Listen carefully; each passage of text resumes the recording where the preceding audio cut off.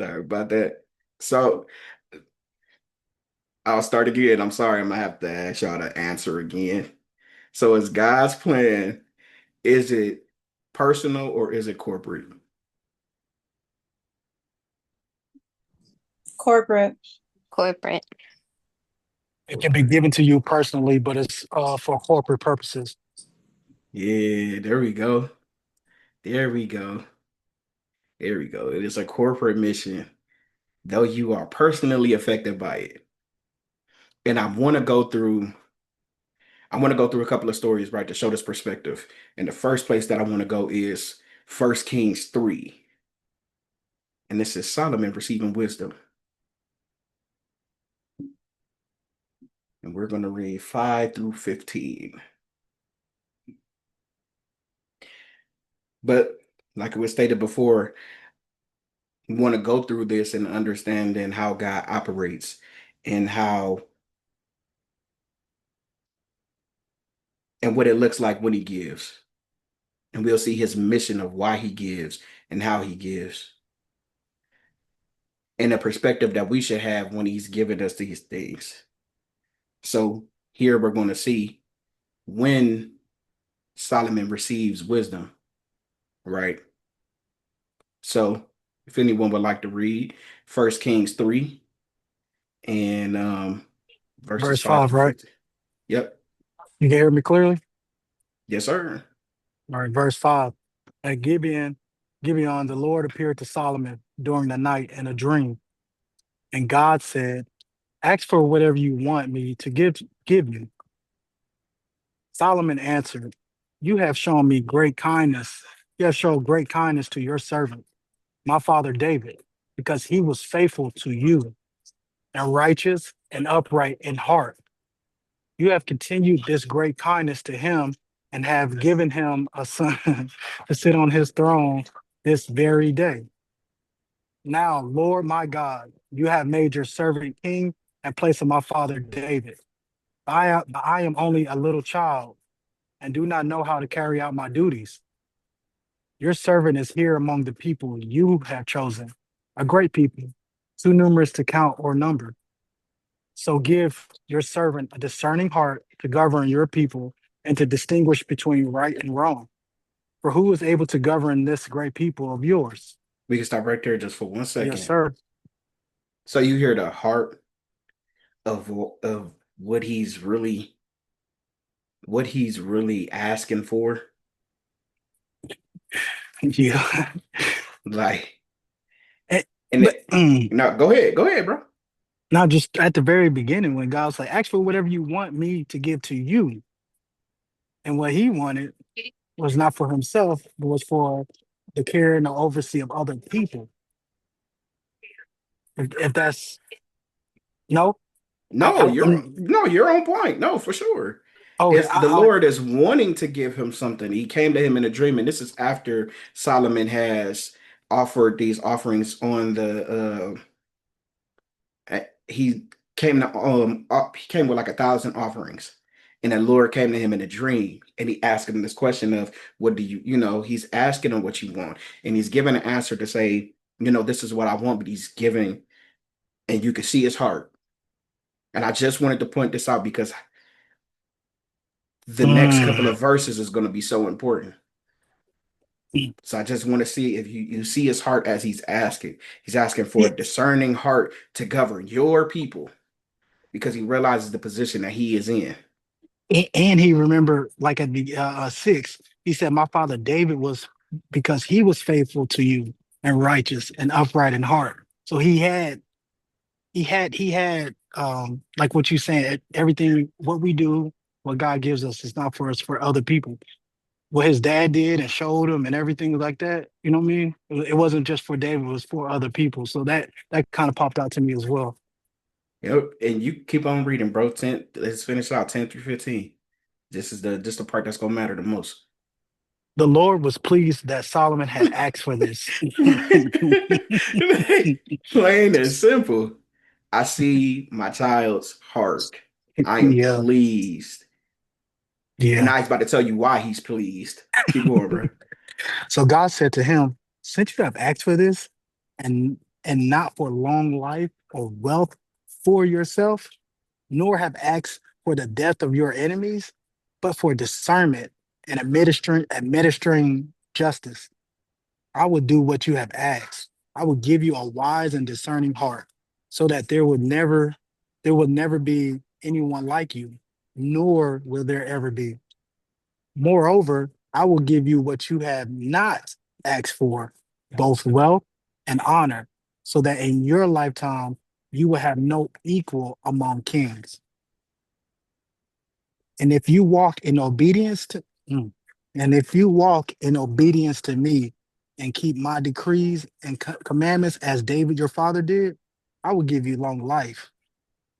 Then Solomon awoke and he realized it had been a dream. He thought it was real at first.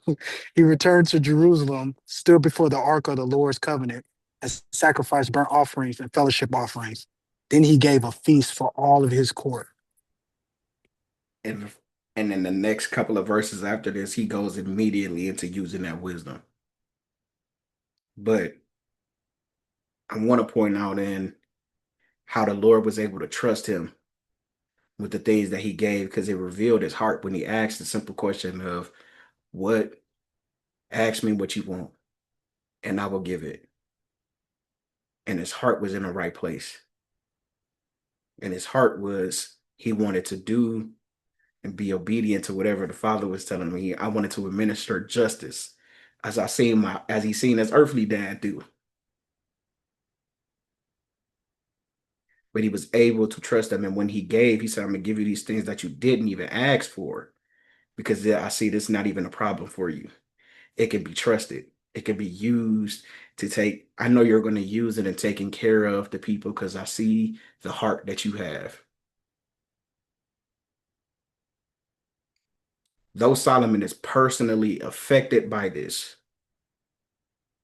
he is personally affected because he is given wisdom, he is given wealth, and if he holds on to the commandments and the decrees that God had given him, he will have long life.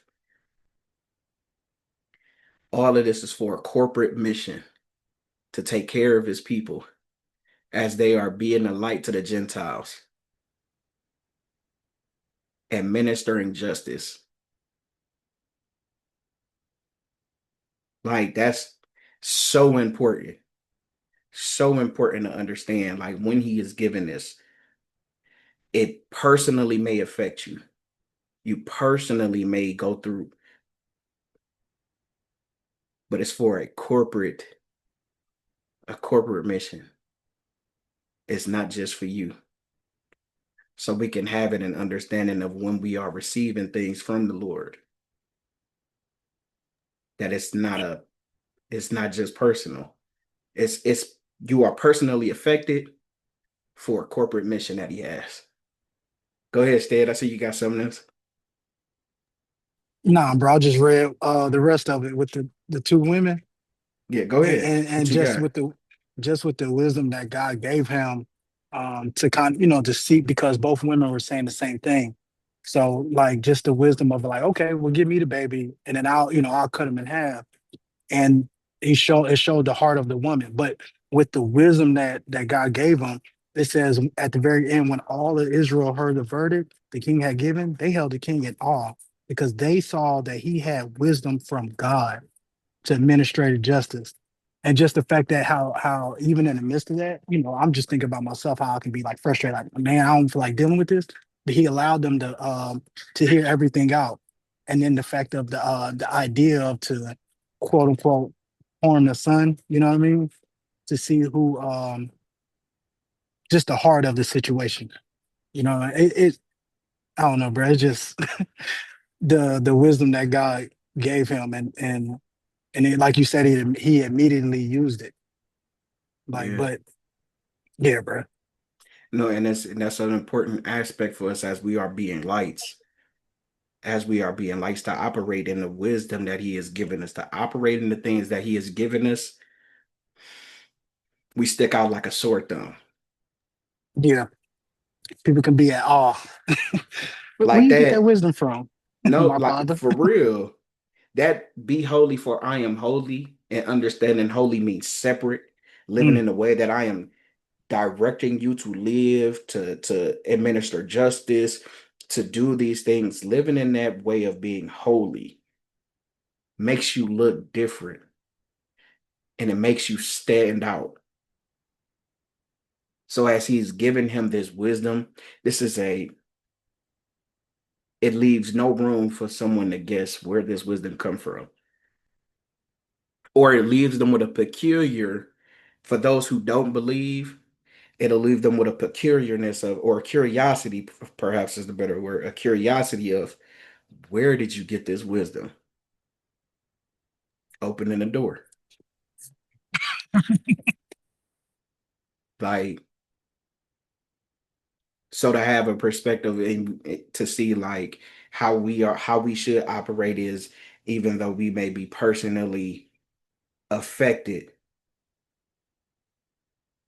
when God has given us a mission, when God has given us wisdom, when God has given us understanding, it is for a corporate mission. And I want to keep forward with that. So next story I want to add on to it is Genesis 15. And I do want to point out something that I've noticed that I consistently do. I love keep going back into the beginning of the Bible. I love going back there because I realize it shows how consistent God is. It shows just how consistent he was of character, ways, and that he's been doing things has been since the beginning and even up until now. How consistent he is with everything that he's doing. So, like, we don't have to have that religious, just saying the words of, God is the same day as he is today that he was yesterday. No, we have proof and we have understanding through his word. Like he's consistently showing us, like, yo, like the past couple of Bible studies that we've been having of showing how not secretive he is, how he wants to reveal the plan, how in his word he has revealed the whole playbook of how it's all going to play out. And for those who seek it to understand it, you can see how it all play out so that you have the open choice of choosing him or wickedness. He's not secretive, and he's been like that since the beginning. He's been wanting to showing how he feels, what he's going to do, what his plan is, what he desires. He's been showing these things. Consistency. So I love when I keep going back to the beginning because it's like, man, it's been right there since then. Like since the beginning, he's been operating like this, and I find joy in it. So as we continue with that joy, I keep going back. I'm going to go back once again to Genesis 15, and I want to kind of, and I'll read this one because I want to read and stop and explain. And this is when God is making a covenant with Abram. This is when he's Abram still. But I want to show this from another aspect of showing like, yo, we can be personally affected by something and it's still but it's for God's corporate mission. Like personally affected for but it's God's corporate intent. And I'll just start at one. And it says, after this, the word of the Lord came to Abram in a vision. Do not be afraid, Abram. I am your shield, your very great reward. But Abram said, Sovereign Lord, what can you give me since I remain childless, and the one who will inherit my state is Eliezer of Damascus? And Abram said, you have given me no children, so a servant in my household will be my heir. Then the word of the Lord came to him, this man will not be your heir, but a son who is your own flesh and blood will be your heir. He took him outside and said, look up at the sky and count the stars, if indeed you can count them. Then he said to him, so shall your offspring be. Abram believed the Lord and he accredited it to him as righteousness, personally affected with this promise. Like he's personally, like Abram is going through a personal journey of the Lord. He called him out of his father's house.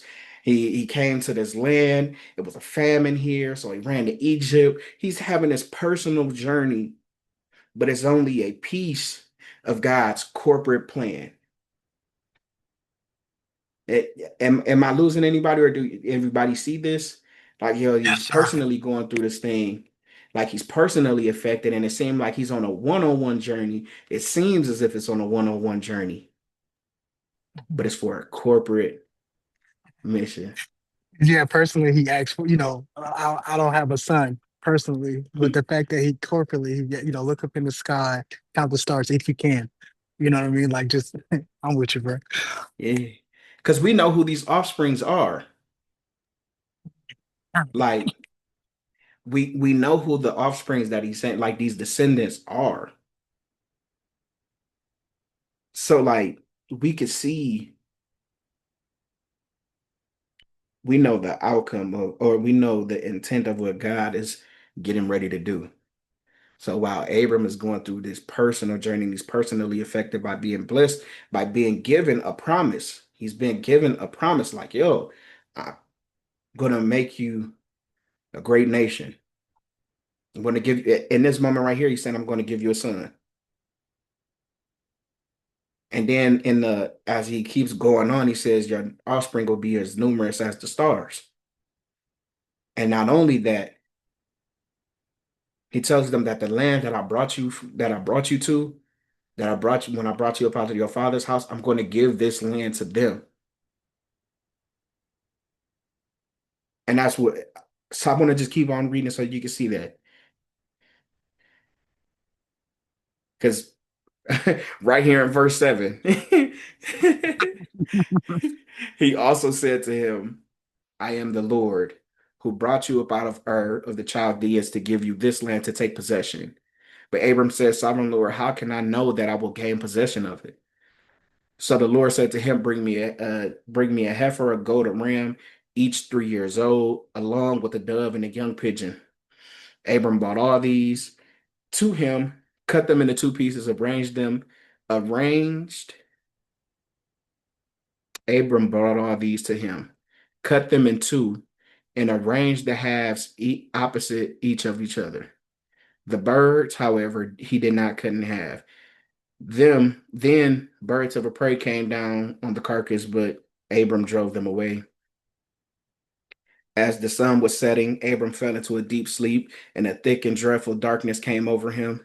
Then the Lord said to him, know for certain that for 400 years your descendants your descendants will be strangers in a country not their own, and they will be enslaved and mistreated there. But I will punish the nations that they serve as slaves, and afterward they will come out with great possession.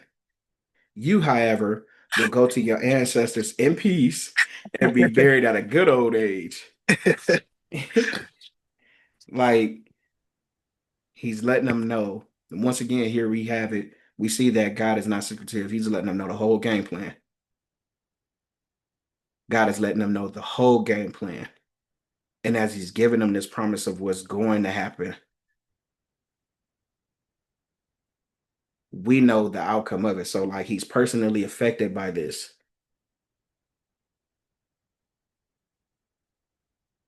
but it's for a corporate mission. Even the descendants, when he said that we know that the Israelites who turned out to be the nation, even when they came out of Egypt, personally, they were affected because they left out with great riches. It was for a corporate mission. It was for a corporate mission because it was setting them up to be the lights that they were supposed to be to the Gentiles.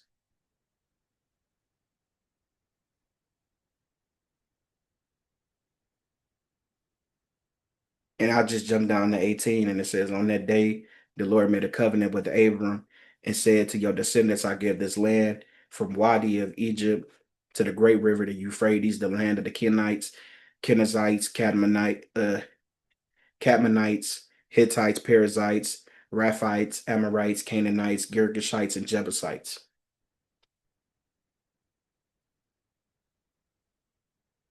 Personally affected for a corporate mission.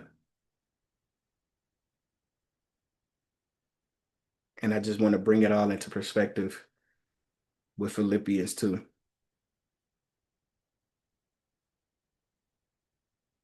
And in Philippians 2, in verses 1 through 7, it says, therefore, if you have any encouragement from being united with Christ, if any comfort from his love, if any common sharing in the spirit, if any tenderness and compassion, then make my joy complete by being like minded, having the same love, being one in spirit and of one mind. Do nothing out of selfish ambition or vain conceit. Rather, in humility, value others above yourself. Do not take the corporate mission of what God is getting, what God is doing, and make it wallet size, cropping out the Yeah. whole family and making it selfish and only about you, as though you are personally affected, though you may personally gain though you may personally gain things. Don't have the mindset of just you. Like even when we have a discussion about what it is to be a light, it's it says that light, no one has a light and holds it and puts it under the bed or hides it under a basket, but it's in plain sight for those who are lost to show them the way. You are personally a light, shedding that old flesh and putting on the new creature that God has called you to be, walking it out and being obedient to what He's telling you to go, do, and be.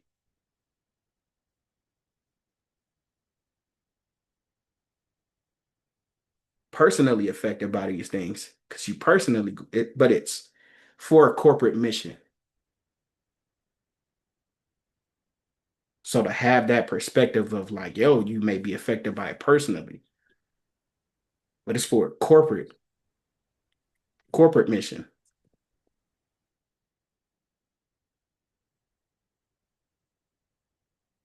And you will begin to, and if you take it serious enough, you'll begin to treat it as we are supposed to. Like we seen Solomon just he went straight into using it, administering the justice that the Lord is the Lord desired. Like he was pleased when he gave him that answer. And right after that, he went straight into judging. Like straight into as he's ruling. I'm using it how he's telling me to use it.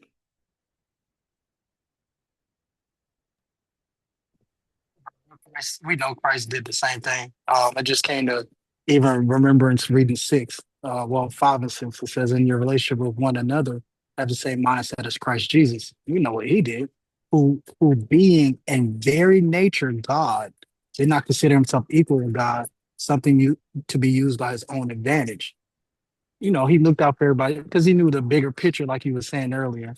He didn't look at the little wallet size and stuff, bro. But I'll let you finish. I don't want to go too far. No, go ahead, bro. Keep going. I was just saying, like, right, he made himself nothing by taking the very nature of a servant. So even with being like at the very beginning, it says, um, from being united with Christ, you know, don't look at that like, oh, I'm good, because it's looking outwardly like, yeah, I may be united with Christ, but let me go out like looking, thinking about others, humility. I'm just looking at the words that just pop out. No self, nothing, do nothing out of self ambition, but have humility. You know what I'm saying? So even with being united with Christ, you're not looking like, oh, I'm good. It's just me and mine. You know what I'm saying? But have humility and value others above yourself. So even though I may be good, I'm looking at everybody else, not just myself. I'm valuing their souls above my own. Go ahead, Sister Angel G. You on point, bro. Oh yeah, it's you can hear me? Yeah, I can hear Y'all you can hear clear. me? Okay. Yeah, so this listeners even giving me a new perspective on Romans 8 and 28 that Because before I used to look at that scripture kind of like with a selfish mentality, like, or it's all about things working out for us for the good of those that love God and are called according to his purpose. But just the way you're breaking it down, is making me look at that different, like from the perspective of the things that's working out for you is working out for you to work out for somebody else's good. So all things that are working for your good is working out actually for the good of somebody else that's also called according to God's purpose. So he ties it all together corporately. That's why he said all things are working for the good of those that, for those, not just you, those that are called according to his purpose. So everything that's working for you is working for somebody else to work for somebody else to work for somebody else to all Amen. tie together. Yeah, Yeah. yeah. And no, like that's for sure on point. Like, yo, it's not just for you. Like that you're going through this process and you feel you know like you can only see through your own eyes, right? And you could get caught up in just thinking it just because all you can only live from a perspective of you, but God is like calling us to think like, no, it's beyond you. Mhm. Like it's we had this conversation earlier. I know the men know it, just like, yo, you personally affected by things, but it's as you're going through this process, the light is being shined for somebody else is watching you go through this process. It's all for a step, like it's all put together purposefully for a corporate mission of God is trying to all those who are willing to believe. He wants all those lost sheep. That is the purpose of being a light to show the way back to him. So you personally may be going through something. You personally may be fighting something, going through your process. That it's not just for you. It's not just for you. And I used as we were having this conversation, I used the story of Stephen and how Stephen was martyred. But as he was standing on God's word and operating in his spirit, Saul who turned into Paul was there to witness it. Fresh. You'll be going through something personally for a corporate mission. Bro, real quick. And we know like God don't miss. Just this morning we were talking at Mama Sue's coffee time, and the Mm, fact of what you're saying. So Paul and Silas got thrown into prison. You know what I'm saying? Flogged, beat up, went through something personal. But for everybody else, all the jailers, the guy who was watching them, his family, we got Moses, we got Rahab the prostitute, we got Abram, we got, you know what I'm saying? There's so many things that's consistent, like you were saying from the very beginning, all the way through the Bible. You know what I'm saying? Whether it was like a big corporate or a small corporate, whatever the case, you know what I'm saying? yeah, like it's and if we have that in our tool belts to hold on to, it it should encourage us to keep going. Yeah, no depression. What you depressed for? Like It's for somebody else. That's what when you said that, that's like what came you through my fight mind. fight Keep it, fighting. fight through it. Yes, sir. Keep going through that process. Keep building up that relationship with the Father, being obedient to what He's calling you to do. Overcome that flesh. Like that's the as you are going through that process, man, it's not just for you. As I was as I was editing the video, was hearing wise words from Mother Teresa when she was talking about how Mm, witness and testimony is like mm, in that same realm. So it's like, yo, as you that testimony of like what you are going through, not just in the verbal thing, but what is mm, expressed as you are going, as you are walking it out.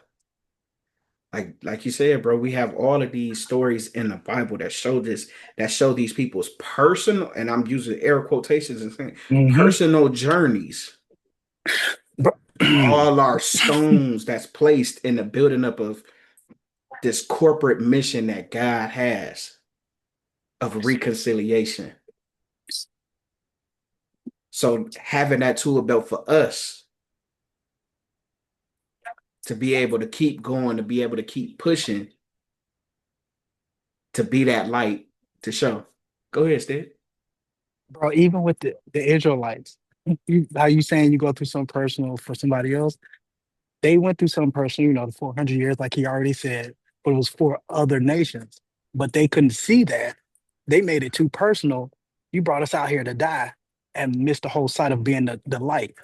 Bruh, like when you, I'm gonna go back from Real. mute, but thank you. Yeah, yeah. Nah, bro, that's the part of like, yo, we'll take the big picture and make it wallet size. Wallet size. Like we'll Yeah. crop everybody else out. Like you ever seen those pictures? Like yo, at family gatherings, like yo, the whole family done took a picture, but all of a sudden somebody make their profile picture, their one small corner I was section, just about to and say, it's I done been all, selfish like that. bro, and it's all pixelated. You got somebody arm around you. It's all distorted. You don't get the full grasp of the picture. You like you don't get the full grasp of the picture because you're missing out because you done cropped everything out of it. And when we Mm, take things personally, we miss the whole point of what God is trying to do by making it just about us. We'll take everybody else out of it, who all it can be affecting, who all it can be helping, who all it can be guiding towards God, and make it about us and how we feel and mm, what we're going through. And we'll get stuck on mhm. us, and God is using us to reach those that are lost, to guide them back, to be that light, to overcome. So you, Right, so sis? Don't take the pain personal. thanks, You bro. keep fighting. So you saying with the big beautiful picture of everybody in there, the whole fam, friends, and everybody, that we can mess up the picture by making it personal, huh? That's what you're telling me, huh, Yes, sir. Like bro? I just, terribly distort the picture. bro, terribly, just for the selfish gain. Oh, I look good Real. in this picture, bro. Man, So if we have this perspective when we're going through things, when we get in those moments where that suggestive language is kicking in, or that hardship of whatever you're going through is getting in, if we have that and it's like, oh, this is beyond me. This is for like I just want to be obedient to what the Father got because I may not see the full picture or the all the details, but I know the playbook. I know his heart. I know what he's desiring in the end. I can push past all of this and keep going. I can push past all of this because it's bigger than me. I don't, like Sis said, I don't have to take the pain personally because it's a corporate mission that God got us on. Go ahead, bro.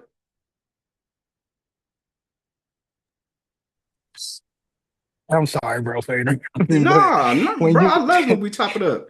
when you said, "Hey," like, oh man, oh, when you said, even if you don't see the full picture of it, like still having a, that's what that and Abram, what we just read, came to mind. Even though, yeah, God told him, certain things, he still didn't technically have the full picture of seeing how things were going to play out. But let's just think if he made things personal. The fact, you know what I'm saying? Like, well, not made things personal, but the fact that he didn't keep on moving as if the promise can come like right away, immediately. You know what I'm saying? Because I'm just thinking because all the descendants and stuff like that, he didn't technically know. You know what I mean? How like yeah, God said descendants and all of this, but he didn't know like how it was going to play out fully to its full extent, if that makes sense. Yeah. But No, he the didn't have the having full details. yeah, yeah, but having the faith in God and knowing that God will see you through things. He's a good God. He's not, like he said, hold on to things. hold on to my words and stuff like that, it will hold you, it was keep you through things. So the fact that he just kept that without the full picture, and that carried him on through different trials and things like that. I'm just thinking about, of course, like us personally and things like that, just how we can keep on moving, even if you don't have the full picture and full understanding of things. But we know we also know that God is good, and he's just, he's righteous. We have that full picture of that. So holding on to that, rather than our pain. No inventory. Got you, my bad. But yeah, it's like as you was explaining, bro, it just made me think about like when you riding with your parent and you be like, where we about to go? It'd be like the store. Like you'll know that, like because they told you like we're going to the store. You don't know the what store, you don't know what you're getting. Like, Yeah. but you like so you don't need the having a full like all the details, how long we're gonna be here, all of that stuff is not like yo, what's important is you know that you're going to the store.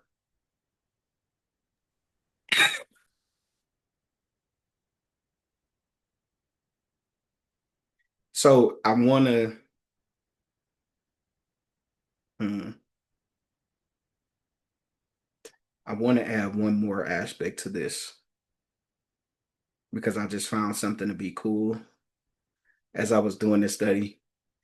Derek know, Pastor Derek know when I study. Sometimes I find things cool that I let the family know, but it's um hmm,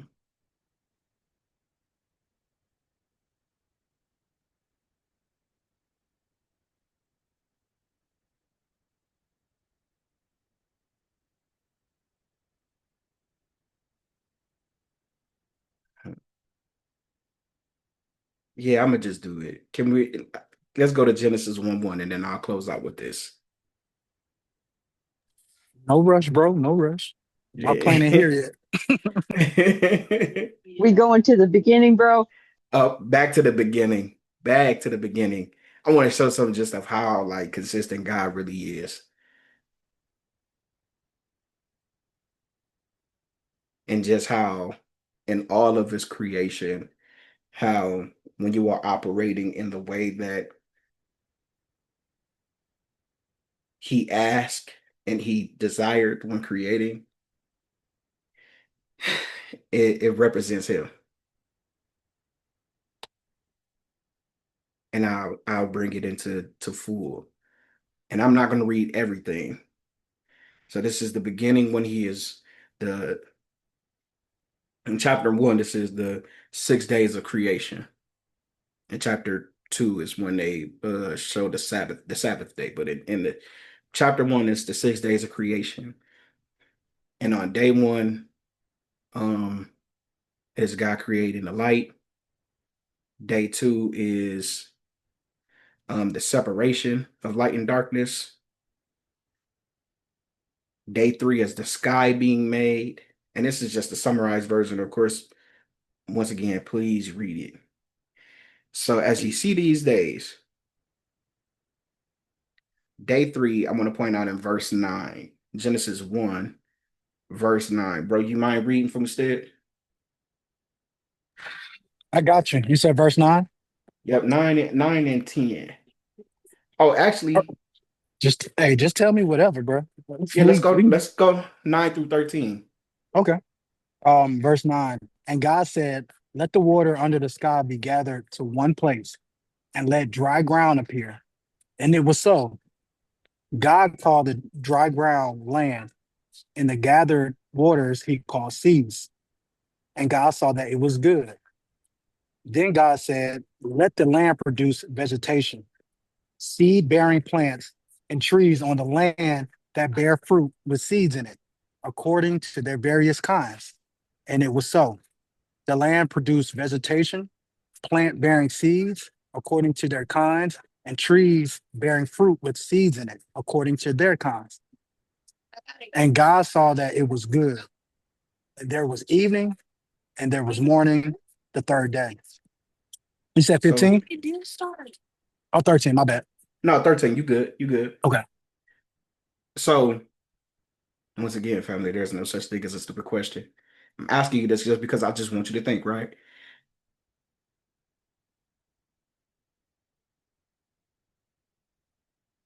What else was created when this was like, what else was created on day three? You talking about what we just read? Yeah, or before that, what else is on the land as the seeds? What else is on the land, right? Or is there, or let me say that, is there anything else? I don't want to seem like it's a loaded We- question. I only know because we talked about this before. But no, I mean nothing else besides he made the light and dark. He made the seas that separated. I meant the sky separated the sky, and then he separated water from the ground. Made he made the dry ground appear. Then he made all the plants and seeds and stuff. That's literally it right now. So I'm gonna jump down to day six, but I want to, bro. You might as well stay unmuted. We ain't worried about the noise, bro. Oh, bet. You want 24 or 26? Yeah, yeah. Let's go 24 through 20 through 29. Or no, Okay. 24 through 30. We're just gonna finish this out, huh? Yeah, let's do Yeah, that. might as 31. well. Okay. 24. And God said, let the land produce living creatures according to their kinds, the livestock, the creatures that move along the ground, and the wild animals, each according to its kind. And it was so. God made the wild animals according to their kinds, the livestock according to their kinds, and all the creatures that move along the ground according to their kinds. And God saw that it was good. Then God said, let us make mankind in our image and our likeness, so that they may rule over the fish in the sea, the birds in the sky, over the livestock, and all the wild animals, and over all the creatures that move along the ground. So 29 is God so created important. so God created mankind in his own image. In the image of God, he created them, male and female. He created them. God blessed them and said to them, be fruitful and increase in number, fill the earth and subdue it, rule over the fish in the sea and the birds in the sky, and over every living creature that moves on the ground. 29. Then God said, it's been there the whole time, bro. And God said, I gave you every seed bearing plant on the face of the whole earth, and every tree that has fruit with seeds in it. They will be yours for food. And to all the beasts of the earth, and to all the birds in the sky, and all the creatures that move along the ground, everything that has breath of life in it, I will give every green plant for food. And it was so. I saw all that he had made, and it was very good. And there was evening, and there was morning, the sixth day. Bro, it's been there the whole time, bro. I didn't even know that. Right. But I wanted to point this out because as I was looking at it, I realized like he gave us one of how intentional he was that before any bird, before anything that needs to eat, he made the food for it. Like he gave it already given a gift before you were even created, right? Go ahead, Pastor Derek, before I keep going. Nah, you keep going. Finish your thought. But he gave us this gift before we were even created. That's one aspect, right? And then two, just of how when you are operating in the way that he called, you represent him. And it made me think of um the tree where he says every seed bearing plant on the face of the earth I give for you as food. And it made me think about how he feeds us, how from how from the aspect of even when he gives the prophets, whether it been Elijah, whether it been John, whether it be the 144,000, he give them the little scroll to what? Eat. Our daily bread, the word, something to eat. How he calls us to be, how he calls us to bear fruit like trees so that others may eat. Even of the aspect of himself when he says, take this bread, this is my body. Body. Drink up this wine, this is my.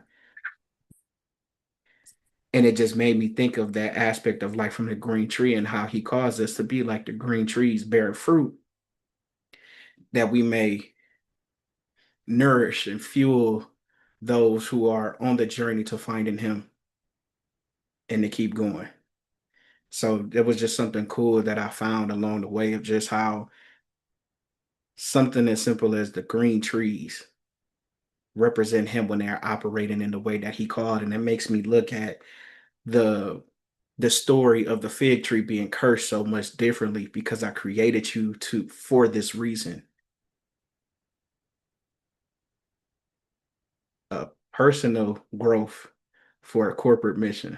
It's just something that I just found cool that I just wanted to bring in before I close out. Go ahead, Pastor Derek.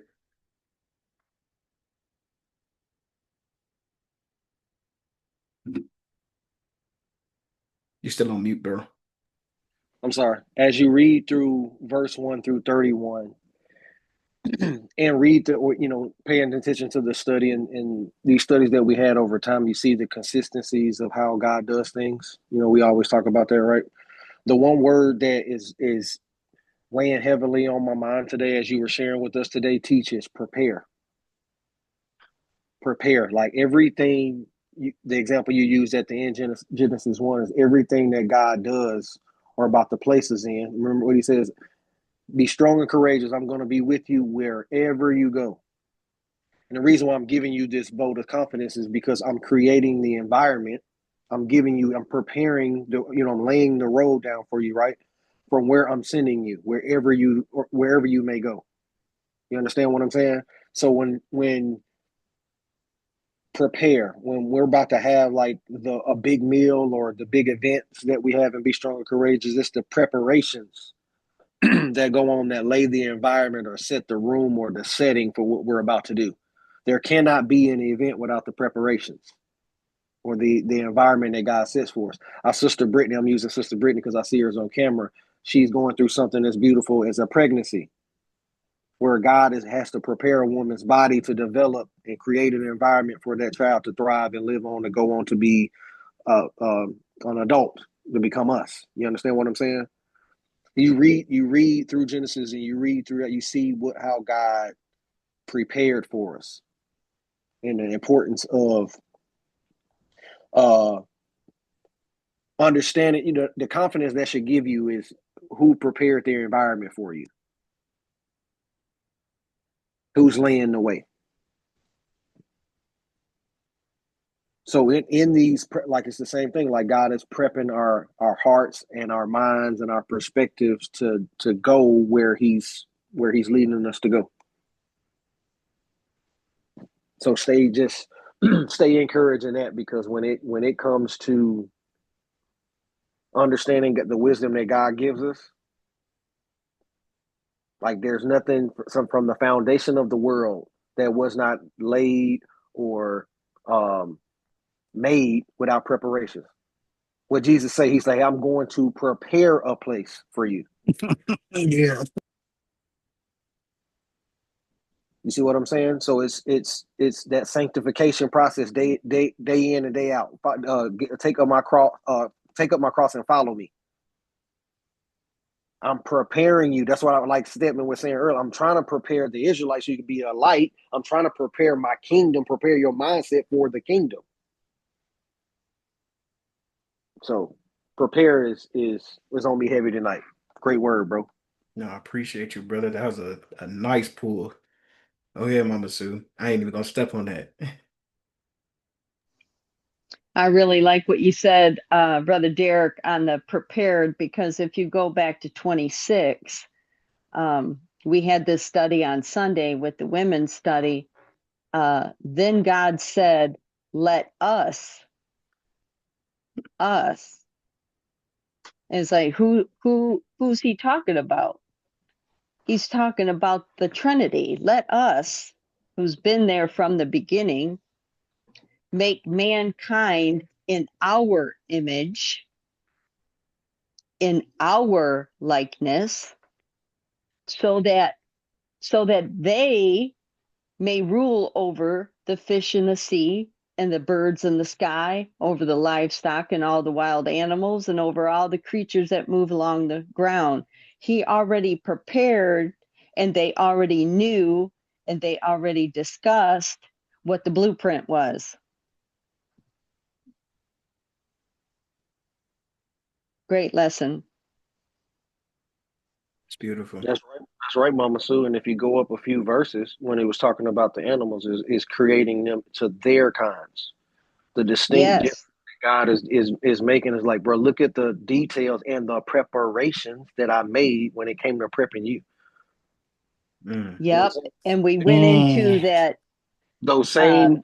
Go ahead, Mama Sue. No, I was going to say we went into that same. Mankind's flesh is an animal flesh. Correct. Animal flesh is animal flesh. Fish flesh is fish flesh. So, And look at the distinction and difference that he's saying over and over again. So I'm making you in my image. I made them in their kinds. mm-hmm. If they don't Mm. work, and I feed them, if they ain't worrying about where they get their food from, And I made you in my image. aren't you more valuable than them? Amen. Mm-hmm. Yep. I already prepared it all. I already had it in the blueprint. It's already taken care of from the beginning. Personally affected by this corporate mission. Amen. That's what I got for you today, family. Appreciate each and every one of Man, y'all. I love that. If there's any more questions, any more comments, if not, Stead, you mind praying us out, brother?